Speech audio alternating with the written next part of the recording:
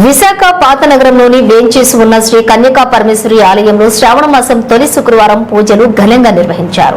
ఈ సందర్భంగా అమ్మవారిని అధిక సంఖ్యలో భక్తులు మహిళలు దర్శించుకున్నారు. ఈ ఆలయ అర్చకులు కుమార్ శర్మ మాట్లాడుతూ శ్రీ వాసవి అమ్మవారికి ప్రత్యేకంగా చీర ఏర్పాటు చేశారు. అనంతరం పలువురు మహిళలతో ఆలయ ఆవరణలో ప్రత్యేకంగా వాసవి మాత సామూహిక అర్చనలు నిర్వహించారు.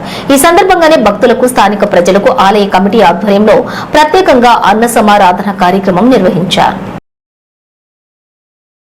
శ్రీ వాసవీదేవి నమః. నా పేరు రామిని గుచ్చిభాస్కర్ కుమార్ అండి.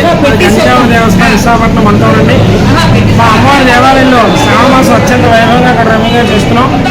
శ్రావణ మాసం మొదటి శుక్రవారం సందర్భంగా అమ్మవారికి తెల్లవారుజాము 4 గంటలకు శుక్రవార సేవ చేసి తదనంతరం అమ్మవారికి పంచామృతాలతో 102 రకాల ద్రవ్యాలతో అభిషేకం చేయడం జరిగిందండి.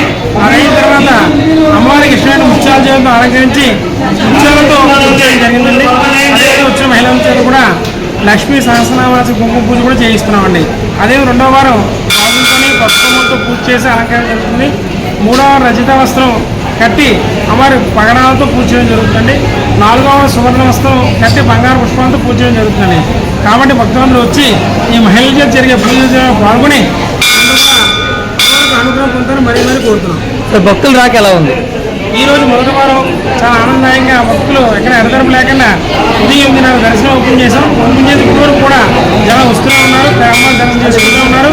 అమ్మవారిని చూసి చాలా ఆనందపడుతూ చాలా అమ్మవారికి అనుగ్రహం పొంది వెళ్తున్నారు అందరూ కూడా. మరి అనుగ్రహం వేళ ఏదైనా ఆర్పరిచలు ఇబ్బందికరంగా ఏం లేదు కదా ఇక్కడ? ఈ దీంట్లో ఏర్పాటు మా దేవస్థానం ఆరితేరిపోయి ఉన్నారండి. 15 సంవత్సరాల నుంచి ఇవన్నీ ఏర్పాటు చేస్తున్నారు. ఇవాళే కొత్తగా మా వైస్ ప్రెసిడెంట్ గారు మా ప్రెసిడెంట్ గారు కూడా ఛార్జీ అనౌన్స్ చేసుకుని ప్రమాణ స్వీకారం చేయడం జరిగింది సందర్భంగా.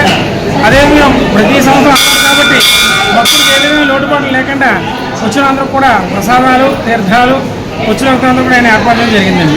ఎంత పవిత్రమైన ఈ రోజుని మరి అందరూ ఖచ్చితంగా పూజ వీటితో తీసుకుంటారా? ఈ రోజున పూజ రుసుముగానే తీసుకోవాలండి. వచ్చిన భక్తులందరూ ఉచితంగా పూజలు జరిపిస్తున్నారు. వచ్చిన మమ్మల్ని కూడా చేయడం జరుగుతుంది.